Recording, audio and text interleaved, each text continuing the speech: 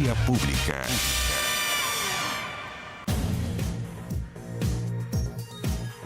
Hola, ¿cómo están? Muy buenas noches. Les damos la bienvenida a esta edición de Vía Pública aquí en las pantallas de Canal 24 Horas, 23 horas en punto, y iniciamos como cada lunes una nueva edición aquí en Vía Pública, conversaciones de distintos temas del acontecer nacional. Vamos a comenzar con las imágenes del tradicional pie de cueca del presidente de la República, Gabriel Boric, quien encabezó la inauguración de las fondas del Parque O'Higgins, dando de esta forma comienzo ya a las celebraciones de lleno de fiestas patrias. El mandatario participó de este pie de cueca junto a la alcaldesa de Santiago, Iracy Hasler, además de distintas autoridades nacionales, regionales y por supuesto también asistentes que van a dar vida a estas 6 jornadas de celebraciones comprendidas entre el 17 y el 22 de septiembre. En su discurso, el presidente Boric llamó a celebrar con alegría, pero también con responsabilidad y de forma segura.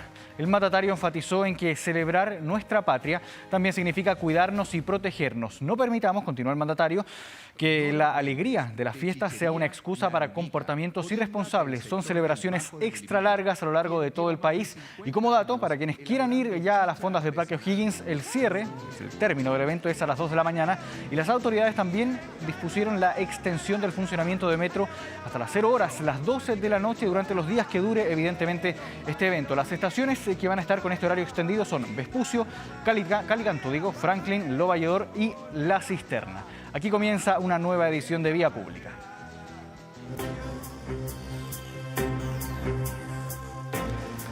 Bien, ya nos acompaña aquí en el estudio el diputado Daniel Manuchere. ¿Cómo está, diputado? Muy buenas noches, gracias por acompañarnos en Vía Pública. Buenas noches, placer poder saludarte, Marco. Bueno, ahí se han conocido diversos antecedentes, ha ido evolucionando el llamado caso Audio, y lo que ha centrado la atención durante estos últimos días es evidentemente lo que ha ocurrido con la magistrada Ángela Vivanco, quien de hecho durante esta jornada se le extendió la investigación, los antecedentes, se amplía el proceso de expulsión para la suspendida magistrada Ángela Vivanco. ¿Qué le parecen los nuevos antecedentes que han surgido en torno a este caso y también esta nueva acción por parte de la Corte Suprema, que se suma también a una serie de hechos que han ido ocurriendo y que dan cuenta también de cómo van surgiendo por distintos lados más antecedentes que complican aún más a Ángela Vivanco? Sí, lo que estamos viendo nosotros hoy día en el Poder Judicial no es solo como algunos pretenden hacer parecer, que respecto de los contactos que pueden haber tenido para los nombramientos de jueces. Acá hablamos de una situación mucho más grave. Acá hablamos de la manipulación de la justicia, hablamos de la situación que la gente en sus casas conoce bien cuando dicen, mire, ¿sabe qué? Yo creo que en Chile hay justicia para pobres y justicia para ricos, esto que algunos dirían que parecía una teoría de conspiración. La verdad es que en este caso nosotros estamos viendo que es la realidad, en donde hay manipulación de la justicia, y lo que hemos visto hoy día es una información que surge desde dentro del Poder Judicial, a propósito de una denuncia que se realiza dentro del Poder Judicial de a lo menos 8 causas judiciales, causas relevantes, una causa que involucra nuevamente al señor Ponce Lerú, por ejemplo, en donde aparentemente habría manipulación de la justicia. Y eso es claramente un daño tremendo que se le hace a nuestras instituciones y que pone en jaque la credibilidad de todo nuestro sistema judicial. Claro, ahora una de las consecuencias políticas que tiene este hecho y la revelación de todos estos antecedentes que hemos ido conociendo en estas últimas semanas, da cuenta de la serie de acusaciones constitucionales que se están levantando y que se van a ir presentando ya aparentemente ya desde la próxima semana. Son al menos 3 o 4, Ángela Vivanco, Jean-Pierre Matus, Sergio Muñoz, que son ministros de la Corte Suprema, que es el máximo tribunal del país, y que tiene a 13 ministros que integran esta máxima instancia judicial bajo la lupa política, bajo la opinión pública también, y también con investigaciones judiciales entre medio. ¿De qué nos habla este hecho, este hito, por llamarlo de alguna forma, en la historia política y judicial también de nuestro país? Nosotros creemos que es positivo que se estén conociendo estos casos. Lo negativo sería que esto siguiese operando en la impunidad y en el secretismo que hasta el momento se encontraban. Dicho esto, nosotros creemos que todos los responsables deben pagar con el máximo de las penas. Nosotros hemos levantado una acusación constitucional en contra de la ministra Vivanco porque creemos que son antecedentes graves los que se presentan en contra de ella. Acá hay abiertamente manipulación de la justicia. Y no solo eso, nosotros junto a la diputada Chicardini acudimos a la Fiscalía Nacional solicitando que se abriera una investigación penal al respecto porque eventualmente pudiesen haber delitos muy graves detrás de su actuar. Dicho eso, nosotros también hemos impulsado la acusación constitucional en contra del ministro Matus, por cuanto nos parece que hay dos situaciones que son muy complejas dentro del caso Hermosilla. Uno es el hecho de haber mentido. Él ha dicho en primer término que no tenía chat con el señor Hermosilla, luego dijo que sí tenía, pero que no decía en relación con su nombramiento como ministro de la Corte Suprema, y finalmente nos enteramos que sí tenía y que además eran justamente respecto a su nombramiento. Pero además él no registró dentro de sus inhabilidades su relación con el señor Hermosilla y con el señor Chadwick, y eso nos parece grave. Y respecto de la acusación constitucional en contra del ministro Muñoz, esta no dice relación con el caso Hermosilla, esta ha sido impulsada más bien por los partidos de Chile Vamos. Claro. Yo diría que en principio buscando un empate a propósito de la ministra Vivanco, de poder tratar de buscar a un juez que tuviese alguna posición más progresista en sus fallos, pero la verdad es que nosotros creemos que no vamos a estar para empates de uno u otro lado. En el caso del ministro Muñoz, no obstante, no dice relación con el caso Hermosilla. Nosotros vamos a analizar si tiene o no tiene mérito esa acusación. ¿Cómo vislumbra el futuro de estas al menos 3 ideas de acusación constitucional que ya han sido anunciadas o que ya han ido avanzando también en cuanto a su redacción?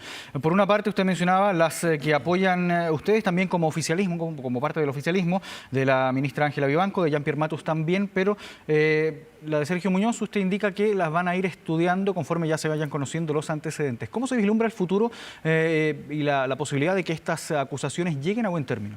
Yo creo que en el caso de Ángela Vivanco y del señor Jean-Pierre Matus son muy claros los argumentos. Nosotros los conocemos a propósito del caso Hermosilla. En el caso de Sergio Muñoz tendremos que ponderar porque no conocemos los antecedentes, solo hemos visto mediante la prensa respecto a la situación con su hija, que pudiese ser una situación grave. Nosotros creemos que es un caso que debería investigarse, pero no sabemos cuáles son las implicancias de él puntualmente en ese caso, a diferencia de los casos de Vivanco y de Matus, que nosotros sí conocemos respecto de su participación en estas situaciones. Claro, ahora se ha levantado también en este mismo tema, hablando de acusaciones constitucionales que radican precisamente en la Cámara de Diputadas y Diputados, y se han levantado voces también que critican una posibilidad quizás de sobrecarga legislativa, mezclado también con las acusaciones constitucionales que se van a ir tramitando ya probablemente a partir de la próxima semana, y considerando también que se viene ya estamos en pleno periodo electoral y se vienen las elecciones del mes de octubre.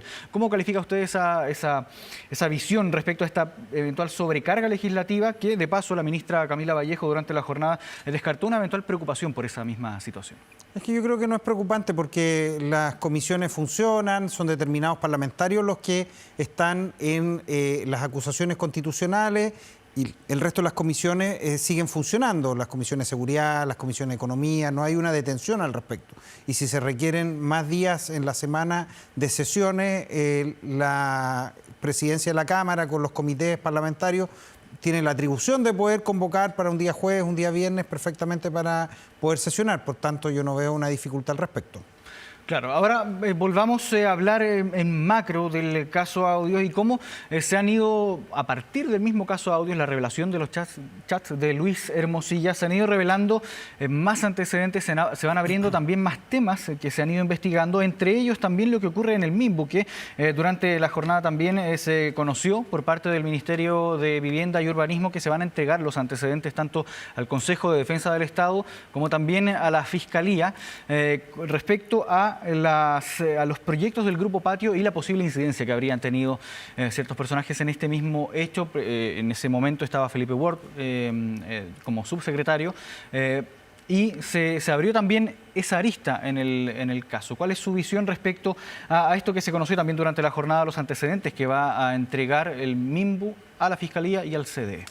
Sí, lo que nosotros hemos tomado conocimiento es de una situación grave en donde se logra percibir un cambio respecto del criterio que estaban teniendo la evaluación de los proyectos dentro del Ministerio de Vivienda durante el gobierno del expresidente Sebastián Piñera. En un proyecto de más de 10.000 millones de pesos del Grupo Patio, de los Jalaf, este mismo grupo de muy amigos con el señor Hermosilla, en donde además en esta situación se nombra como ministro de fe de este negocio, esta operación que estaban realizando al señor Chadwick. Nosotros creemos que es un tema extremadamente grave que se debe investigar a fondo por parte de la Fiscalía. Volvamos o centrémonos ahora en la figura de Andrés Chadwick. Usted mencionó en una entrevista la semana pasada, todos los caminos llevan a Chadwick. Se han ido conociendo antecedentes. Hemos visto también cómo ha ido variando un poco la férrea defensa que en algún momento se esgrimió por parte de Chile Vamos en su conjunto a la figura de Andrés Chadwick. Sin embargo, eso ya ha ido variando con el tiempo. ¿Cuál es su visión respecto a la figura de Andrés Chadwick en este mismo contexto? Mire, si bien el Ministerio Público y los tribunales de justicia tendrán que ser los que determinen si el señor Chadwick es responsable de los delitos o no es responsable de los delitos, la verdad es que cuando uno mira todas las aristas del caso Hermosilla, en todas las escenas hay huellas del señor Chadwick. Nosotros lo vemos desde el financiamiento de su defensa en la acusación constitucional con dineros provenientes de FACTOP, lo vemos nosotros en las gestiones que hizo respecto de la CMF, en donde hay un llamado de él directamente a un ex subsecretario que estaba como consejero en la CMF para poder justamente destrabar el problema en que estaba metido FACTOP. Hoy día recordemos que los dueños están presos. El señor Chadwick era la persona que recibía la información que le filtraba el exdirector de la Policía de Investigaciones, por la cual está destituido, información secreta respecto de causas reservadas que involucraban al expresidente Piñera, al señor Torrealba, al señor Guevara. El hijo del señor Chadwick recibió financiamiento para una fiesta que realizó, un macroevento, el Cumbia Fest. El señor Chadwick tenía la misma secretaria, tenía el mismo contador, tenía la misma oficina, compartía grupos el señor Chadwick con los Jalaf, el señor Chadwick recibía en su oficina a los señores Sauer. Entonces, aquí no hablamos solo de un amigo que se le quiere involucrar por tener una amistad con el señor Hermosilla, sino hablamos de alguien que estaba en el corazón de las operaciones del señor Hermosilla. El señor Chadwick era evidentemente el brazo político de la red del señor Hermosilla. ¿Y ahora qué le parece la defensa que ha tenido particularmente la UDI, que es su partido, y también la defensa o cómo ha ido evolucionando también la postura de Chile Vamos en su conjunto respecto a la figura de Andrés Chadwick conforme a los datos y los antecedentes que se han ido conociendo en estas últimas semanas? Yo creo que la derecha ha actuado de una manera bastante vergonzosa en el caso del señor Andrés Chadwick. Incluso hasta ahora, cuando vemos nosotros a Evelyn Matei decir que ella es partidaria de un caiga quien caiga, pero confía en la inocencia del señor Chadwick. O sea, por un lado dicen una situación respecto de la investigación y por otro lado le siguen poniendo piso al señor Chadwick. El señor Chadwick ha reducido su participación y sus explicaciones a unos miserables comunicados de prensa con 3 líneas, en donde además han estado plagados de mentiras esos comunicados, porque él dice que él no conocía a los señores Sauer, que él nunca se había reunido con ellos, ni antes ni después, dice, y Televisión Nacional de Chile, en un trabajo investigativo, pudo dar a conocer que justamente sí había recibido a lo menos 2 veces en su oficina. El señor Chadwick siempre salía a enfrentar a los medios de comunicación.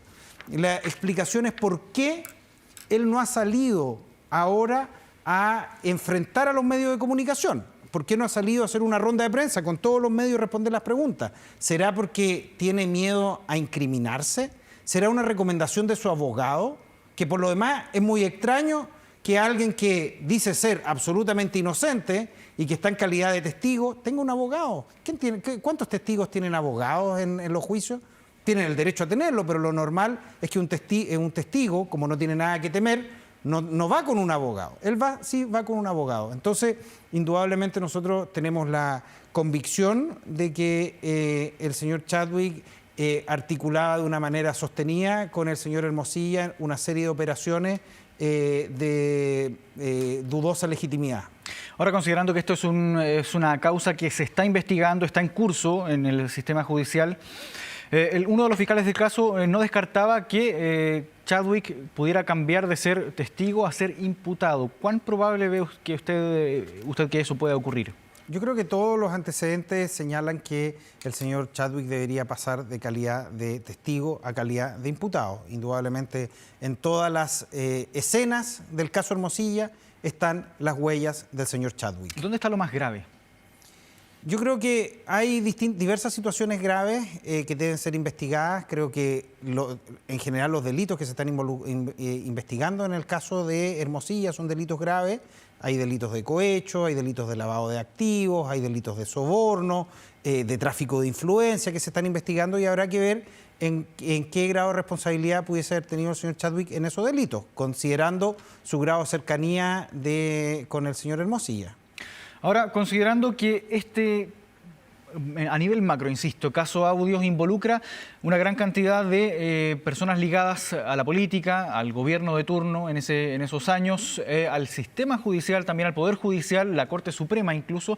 ¿Cómo se recupera la confianza una vez ya pensando en un mediano o largo plazo, una vez ya concluido el caso Audios? ¿Cómo se logra recuperar la confianza? Sí, yo creo que sistema político, sistema judicial. Este debe ser el caso de corrupción más grande de nuestra historia, por el grado de alcance que tiene. Aquí hablamos de una red de corrupción instalada en el corazón de la élite chilena, con redes extremadamente poderosas en la Fiscalía, con redes extremadamente poderosas en el Poder Judicial, en el Congreso, en los gobiernos, en los medios de comunicación, en la policía, hasta en los reality y en la farándula tenía redes el señor Hermosilla. Una red al servicio de la impunidad, como estamos viendo en casos tan graves como lo que acontece en el caso que hoy día hemos visto respecto de la señora Vivanco. Y la verdad es que cuando la gente se pregunta por qué poderosos políticos y empresarios corruptos terminan en impunidad o en clases de ética, la explicación, sin duda alguna, está en el caso Hermosilla. Y esa es la importancia que tiene hoy día este caso y el por qué es necesario que los responsables paguen con pena de cárcel. Porque hoy día está en juego la credibilidad de todo nuestro sistema, no solo el sistema judicial, sino también de nuestro sistema democrático.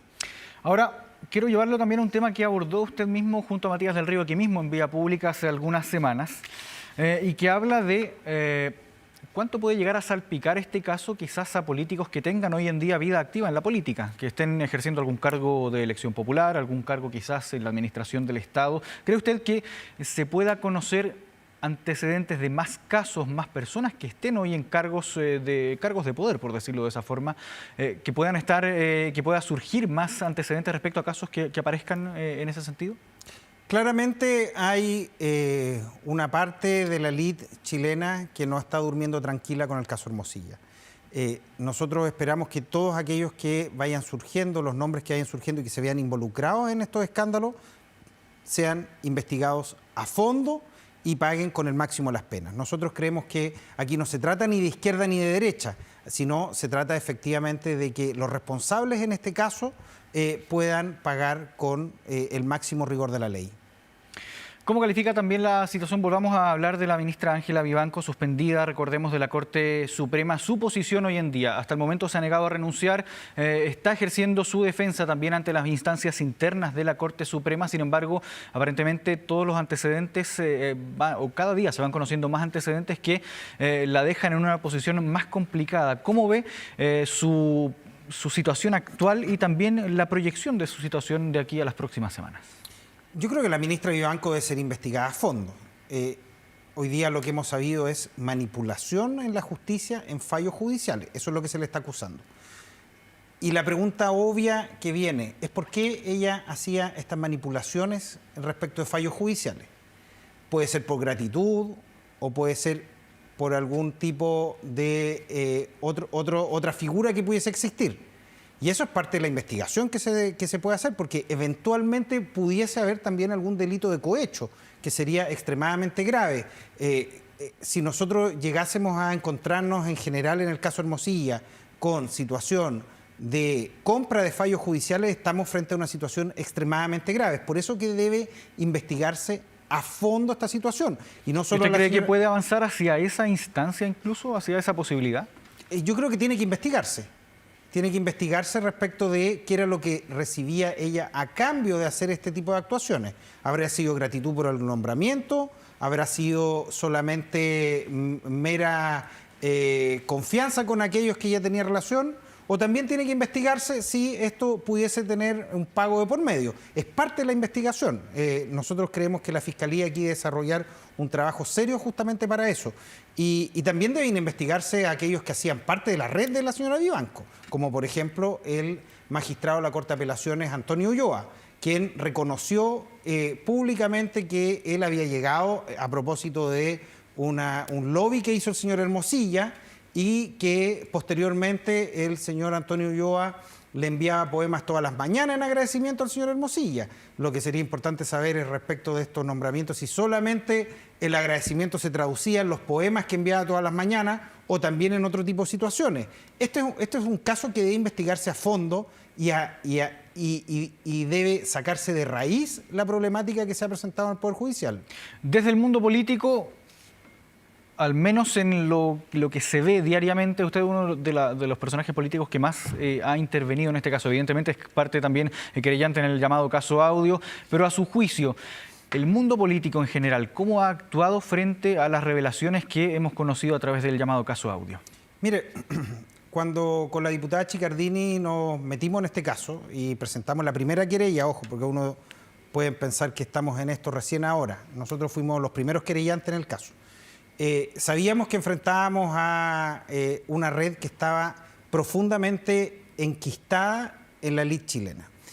Y también teníamos claro que cuando se enfrenta a gente poderosa, la gente poderosa utiliza todas las herramientas. Nosotros sabemos que aquí prontamente van a hacer todas las operaciones para poder justamente desprestigiar y poder acallar a quienes hemos levantado la voz desde el primer minuto. Este caso, mediáticamente durante largo tiempo, fue prácticamente sostenido en soledad con la diputada Chicardini.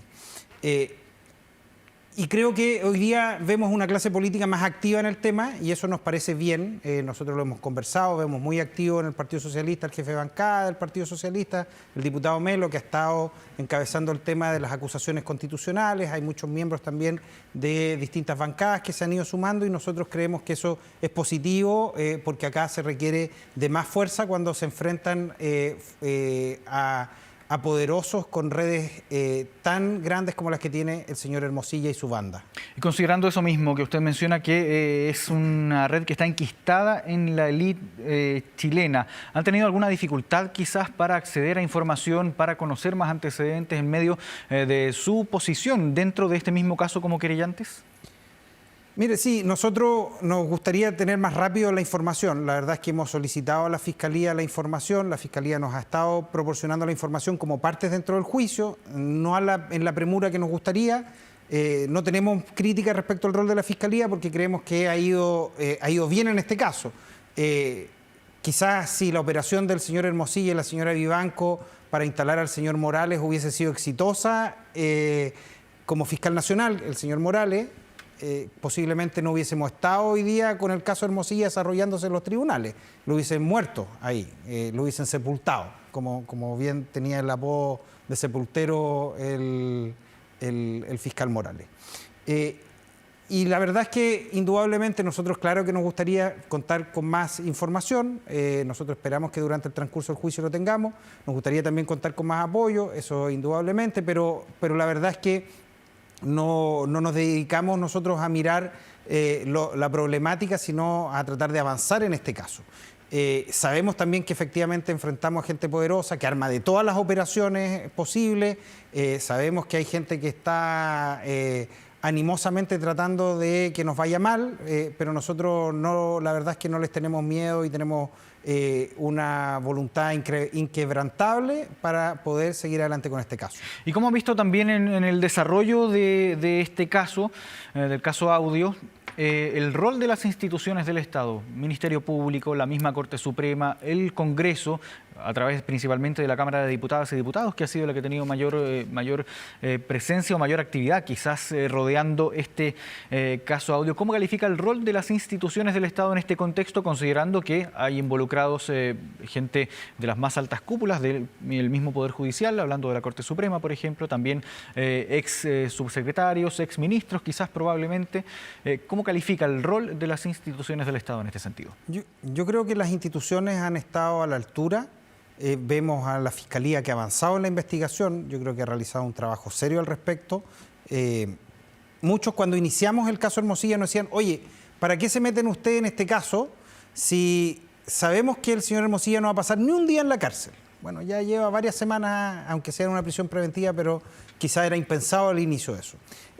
Lo mismo con la Corte Suprema. Nosotros creemos que la Corte Suprema, en este caso, evidentemente hay bandos dentro de la Corte Suprema, eso es evidente, y ha habido un choque de fuerza dentro de la Corte Suprema. Pero creemos que el presidente de la Corte Suprema ha actuado correctamente.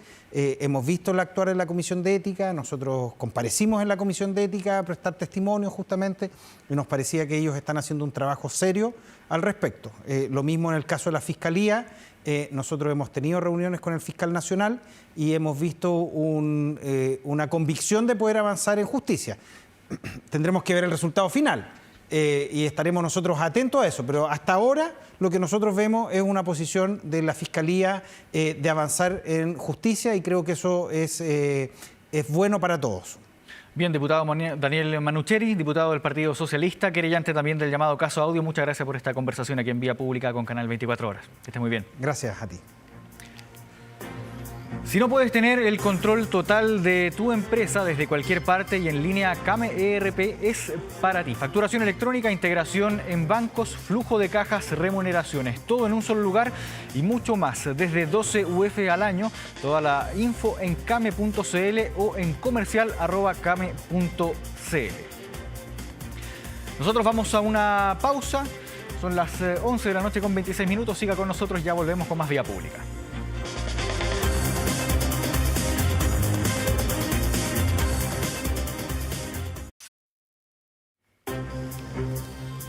Protéjase de la delincuencia con Tepillé. Vigilancia en tiempo real de cámaras de seguridad con audio disuasivo para su empresa. Alarmas Tepillé con cámaras conectadas a su smartphone y botón de emergencia móvil para su hogar. No sea usted la próxima víctima y contrátelos en tepillé.cl.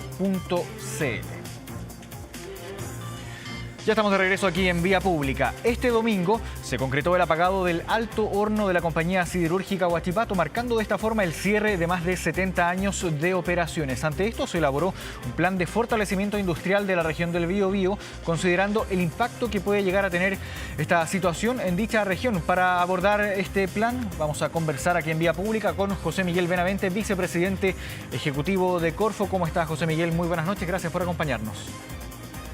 Hola Marco, ¿qué tal? Buenas noches. Muy buenas noches. Primero, cuéntenos en qué consiste este plan. Entiendo que son 5 ejes principales que contempla este plan de fortalecimiento industrial en la región del Biobío, considerando el cierre de la siderúrgica Huachipato. Sí, este es un plan que se venía trabajando desde ya diciembre del año pasado, justamente por las noticias que se tenía con el potencial cierre de Huachipato, más allá de esta medida temporal que se instauró, ¿no es cierto?, con respecto a una competencia desleal de un país extranjero, ¿no es cierto?, en Chile.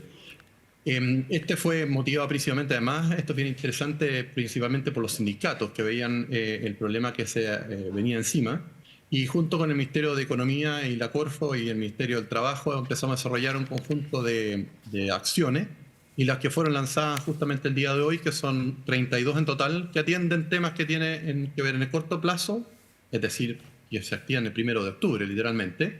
Otras mediano plazo, que tienen un alcance entre 1 año y 1 año y medio, y una más de largo plazo, que son de 2 años a 3 años. Y estas tienen, en resumen, se preocupan tanto los trabajadores que quedan sin su puesto de trabajo en la siderúrgica, para que potencialmente puedan ser recontratados en otras empresas establecidas de la zona.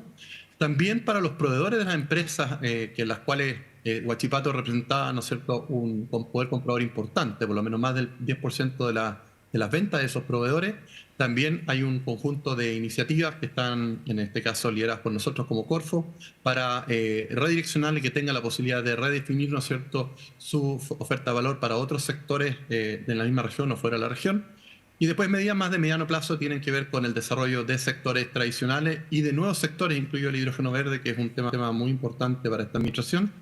Y finalmente, una de las medidas quizás más importantes, a pesar que tiene un alcance temporal más largo, es que hemos considerado que el sector de la siderurgia es un sector estratégico. Todos los países desarrollados tienen un sector estratégico muy importante y obviamente la idea es potenciarlo. Si bien se cierra hoy día Huachipato, la idea es crear, ¿no es cierto?, mediante una licitación que hace Corfo. Corfo tiene pertenencia no solamente en litio, sino también tiene en hierro. Y la idea, ¿no es cierto?, hacer una licitación internacional para la producción de hierro y acero, en este caso acero verde, es decir, acero que sea de alguna manera amistoso con el medio ambiente y por lo tanto retomar justamente ese sector de la siderurgia que es tan importante no solamente para la región de Biobío, sino para Chile. ¿Y en cuánto tiempo se pretende retomar el sector industrial, principalmente siderúrgico, considerando este plan? El plan tiene, como decía, 32 medios, la número 32, justamente la última. Nosotros vamos a hacer esta licitación antes de este año. Y obviamente después de hacer esa licitación, que tiene un proceso relativamente largo, después viene la construcción de la planta. Eso demora por lo menos 3-4 años, pero por lo menos la idea nuestra es terminar esta administración, ya la licitación asignada, y que empiecen ya a hacer las primeras inversiones para desarrollar, y la condición de la licitación va a ser estas pertenencias que tenemos nosotros, no traspasarlo a un privado, sino que pedirle a un privado que la explote en la parte de hierro, y también que como parte de la licitación se va a exigir que también pueda desarrollar parte del proceso productivo de acero, pero en este caso incorporando tecnologías de vanguardia asociadas, ¿no es cierto?, a la producción de acero, lo que se llama acero verde. Ahora, ¿cuál es el rol que juega Corfo en este sentido, en el marco de este plan de fortalecimiento industrial ahí en la región del Biobío? Como te contaba, el primer caso es preocuparse de los proveedores, de que se ven afectados porque ya un poder comprador de Huachipato es más o menos importante, y es lo que vamos a ayudarles a ellos, a estas empresas, a través de instrumentos que ya tenemos en Corfo, que también aplica para otros sectores, pero aquí lo vamos a concentrar en estas 162 proveedores que ya los tenemos identificados. ¿Cuáles son? Poder de alguna manera que puedan reajustar su orientación de propuesta de valor a otros sectores, ¿no es cierto?, de la zona de Biobío u otras.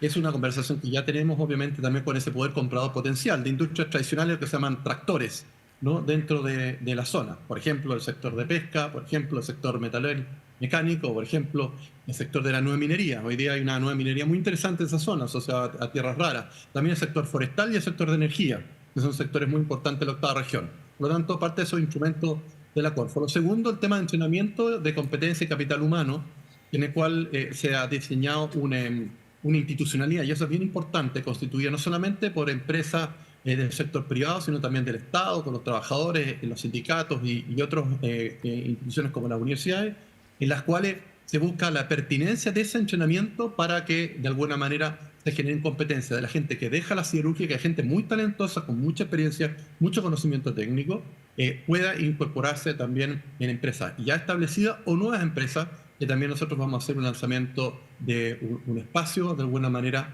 para que esos emprendimientos nuevos también puedan surgir.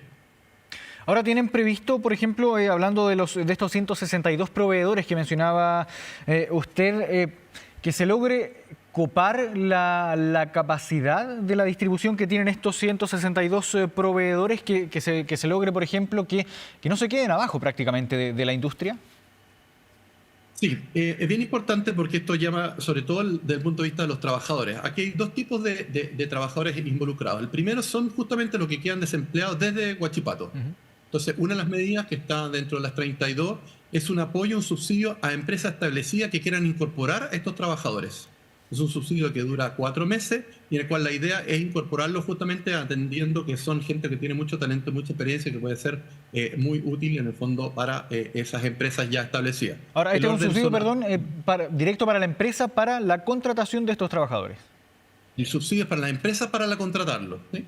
Y después hay otros subsidios que son para los proveedores, para mantener a sus trabajadores mientras pasan esta tormenta, de alguna manera, que se les cae este gran poder comprador a algunas de ellas.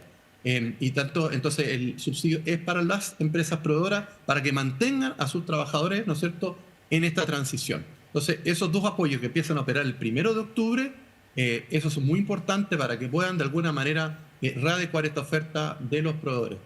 La forma que hemos definido estas 162 empresas es muy importante, son aquellas que Huachipato en su poder de compra representaban del 10% o más de las ventas. Por lo tanto, en algunas de ellas representa entre el 10 o el 15%, y por lo tanto el efecto es importante, pero no tan importante, y en otras representaban casi el 100%, que es el menos de los casos, pero esas son las más afectadas, en las cuales nosotros vamos a concentrar más el esfuerzo al comienzo. ¿Y hay algún tipo quizás de acompañamiento para estos proveedores para que puedan ir encontrando su espacio dentro de la industria? Considerando el subsidio, porque el subsidio me imagino, no sé cuánto irá a durar, cuánto dura eso también. 4 meses, pero tú tienes razón. Uno de los apoyos se llama, un programa que tenemos en la Corfo que se llama Fortalece Pyme. Lo que hace el Fortalece Pyme, uno le pide a un intermediario que justamente busque juntar la oferta con la demanda a través de distintos mecanismos, ¿no es cierto? Caracterizar los proveedores en términos de sus competencias y también la de los trabajadores, ver demandas que sean potenciales, y ese programa ha tenido mucho éxito a través del tiempo, un programa largo que tiene más de 10 años dentro de la Corfo, que de alguna manera lo que ha hecho es hacer este matching, ¿no es cierto? Este matchmaking que se hace entre la demanda de empresas establecidas con la oferta que sale de estos proveedores. Y también hay un apoyo para esos proveedores en términos, por ejemplo, si quieren cambiar parte de su giro y necesitan hacer inversiones, por ejemplo, comprar una nueva máquina para orientarse en vez de la siderúrgica, por ejemplo, al sector minero u otros sectores como el forestal y necesitan hacer inversiones, Corfo tiene también instrumentos de apoyo hasta 35 millones de pesos en el fondo para ese tipo de inversiones, donde las empresas también tienen que poner parte de su recurso y de tiempo, sobre todo dedicación, para apoyar esta transformación, ¿no es cierto?, productiva de esos proveedores.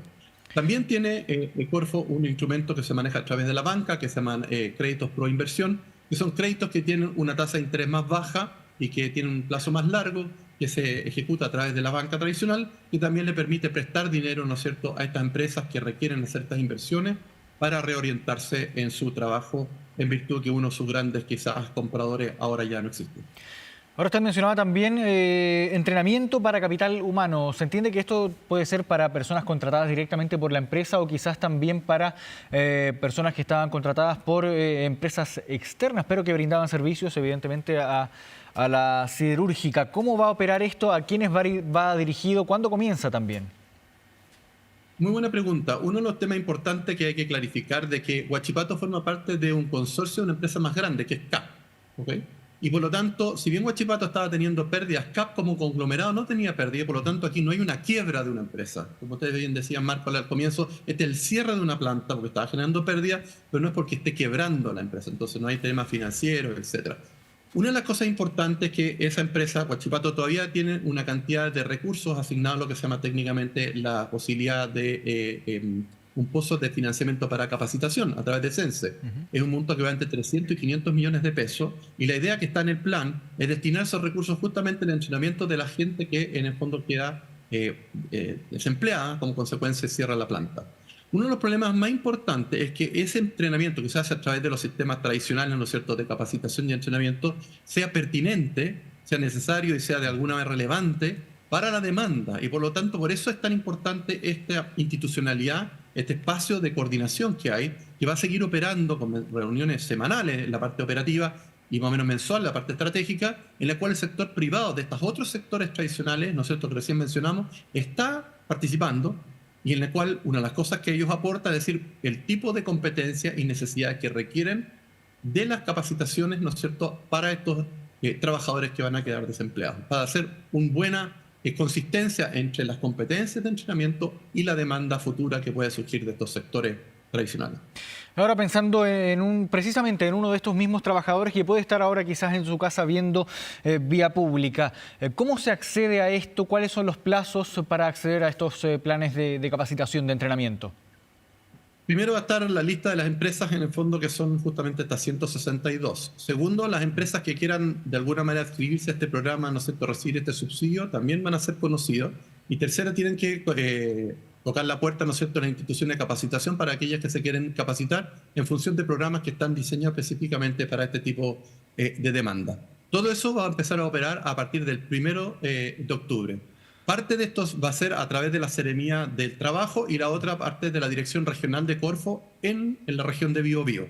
Esos son los espacios, las puertas, por decirlo de alguna manera, que deberían tocarse. De todas maneras, y es bien importante. El trabajo de los sindicatos de Huachipato ha sido tremendamente importante en este proceso y ellos están canalizando mucho, ¿no es cierto?, de esas inquietudes y de esas demandas por estos, tanto los potenciales subsidios que le van a dar a la empresa que los pueden recibir, como también estos espacios, ¿no es cierto?, de capacitación. Y por lo tanto quisiera agradecer justamente a los sindicatos que han hecho un trabajo muy serio, muy constante y de hace un buen tiempo junto con el Ministerio de Economía y nosotros para sacar adelante estas iniciativas y preocuparse justamente de la reinserción de la gente que trabajaba en Huachipato. Ahora, aprovechando que usted mencionó a los sindicatos, este es un plan que involucra a las empresas privadas, los sindicatos también, que son representantes de los trabajadores, también al Poder Ejecutivo. ¿Cómo se logró articular este plan? ¿Cómo fue el flujo de trabajo entre las distintas instancias que forman parte de este proceso? Una muy buena pregunta. Quisiera hacer como un antecedente. Esto es realmente una cosa muy nueva en Chile. Esto de alguna manera da cuenta de que la coordinación entre el mundo público, el mundo privado, el mundo sindical, ¿no es cierto?, y el mundo universitario es muy importante, sobre todo para atender estos tipos de como emergencias, situaciones que de alguna manera a veces es difícil de anticipar. Aquí la mano invisible del mercado no funciona a la velocidad, ¿no es cierto?, y no da los incentivos suficientes para que esto funcione y por lo tanto se necesita una función más proactiva de todos los jugadores, no solamente del Estado. La forma que esto ocurrió principalmente fue, efectivamente, los sindicatos levantaron ya la bandera de preocupación, ya esto sería noviembre, diciembre del año pasado, viendo venir esta situación de una empresa que venía arrastrando hace tiempo pérdida, y después, bueno, se acentuó consecuencia, ¿no es cierto?, de esta competencia desleal que teníamos de importaciones extranjeras. Esto se ha canalizado a través del Ministerio de Economía y el Ministro de Economía ha hecho un trabajo muy importante de organizar y coordinar este esfuerzo, yendo muchas veces, yendo juntos, y él en particular, ¿no es cierto?, con la subsecretaria y otros, a trabajar en el territorio con las contrapartes, que en este caso son la Dirección Regional de la Corfos, la Seremía de Economía, también la Subsecretaría del Trabajo, que ha sido muy importante en esto, y también las empresas de otros sectores, justamente, que son importantes en la región, como también las asociaciones gremiales de empresas de ese sector para conformar esta mesa técnica, ¿no es cierto?, de trabajo, la cual va a seguir trabajando para ver un seguimiento de la implementación de este plan por los siguientes años. Eso es importante. Esto no es que esté partiendo y después todo el mundo se desentiende.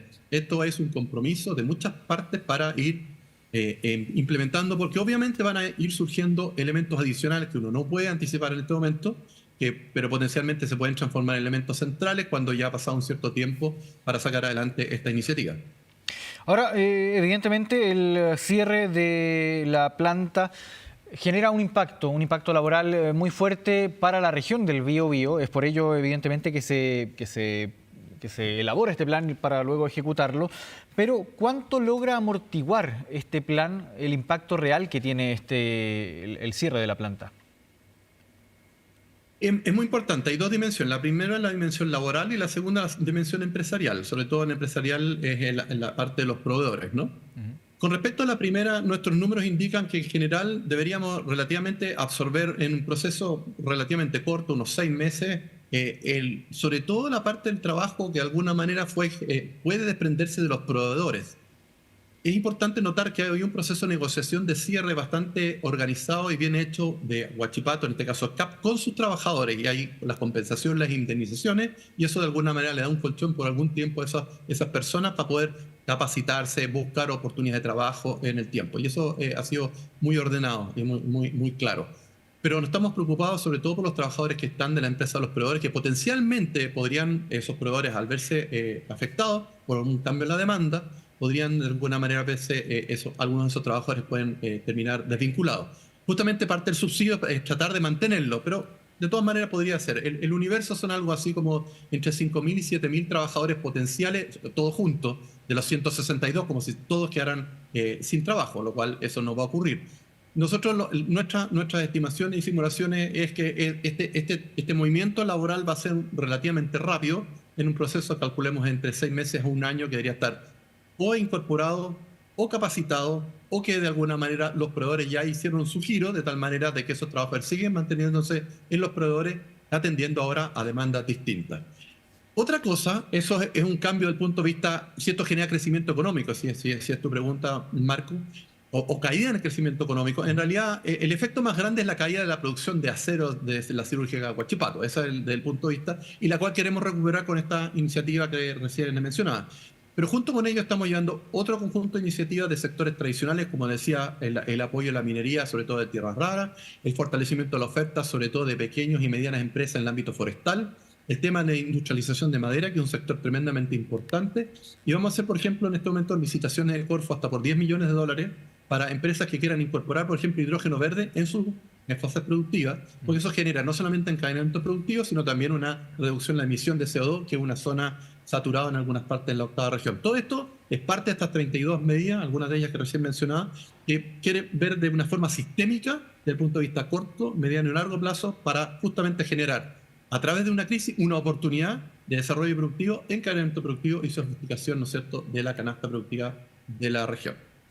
Bien, José Miguel Benavente, vicepresidente ejecutivo de Corfo, muchas gracias por esta conversación sobre este plan de fortalecimiento industrial ahí en la región del Biobío por el cierre de la planta de la siderúrgica Huachipato. Muchas gracias por esta conversación, que esté bien. Buenas noches. Gracias, Natalia. Luego. Santo Tomás se vincula en todo Chile a través de una red de agentes transformadores que generan impacto en los territorios. Comprometidos con la vinculación con el medio, la investigación e innovación despiertan la grandeza en todo Chile. Conoce su impacto en santotomás.cl. Esto es Santo Tomás, la red transformadora de Chile. Santo Tomás, tú puedes. Bien, siga con nosotros. Vamos a una pausa aquí en Vía Pública. Ya volvemos con más informaciones.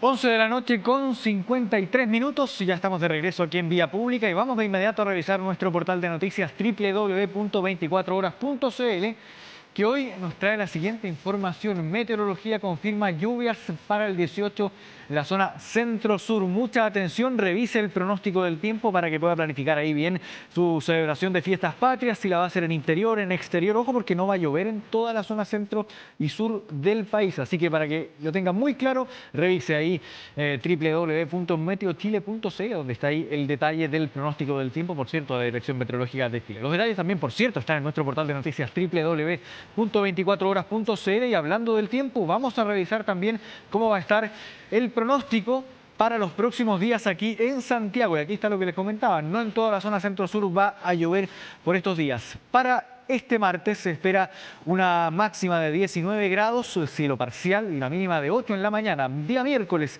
cielo un poquito más despejado, pero siempre con un predominio del cielo parcial, con una máxima de 17 grados y una mínima de 7. Cielo parcial ahí para el 18 de septiembre aquí en la capital. Día jueves, 19 de septiembre, 18 grados de máxima, 6 de mínima, también con cielo parcial. No nos van a dejar las nubes durante toda esta semana. Viernes y sábado, 18 y 17 grados de máxima respectivamente, y 7 y 6 de mínima durante las mañanas, con cielos completamente nublados. Eso sí, la temperatura va a estar bien agradable para estar ahí celebrando con un asado junto a sus familias y sus seres queridos. Y les contamos también, antes de ir cerrando este Vía Pública, que estamos escuchando a la banda mexicana Maná, que a través de sus redes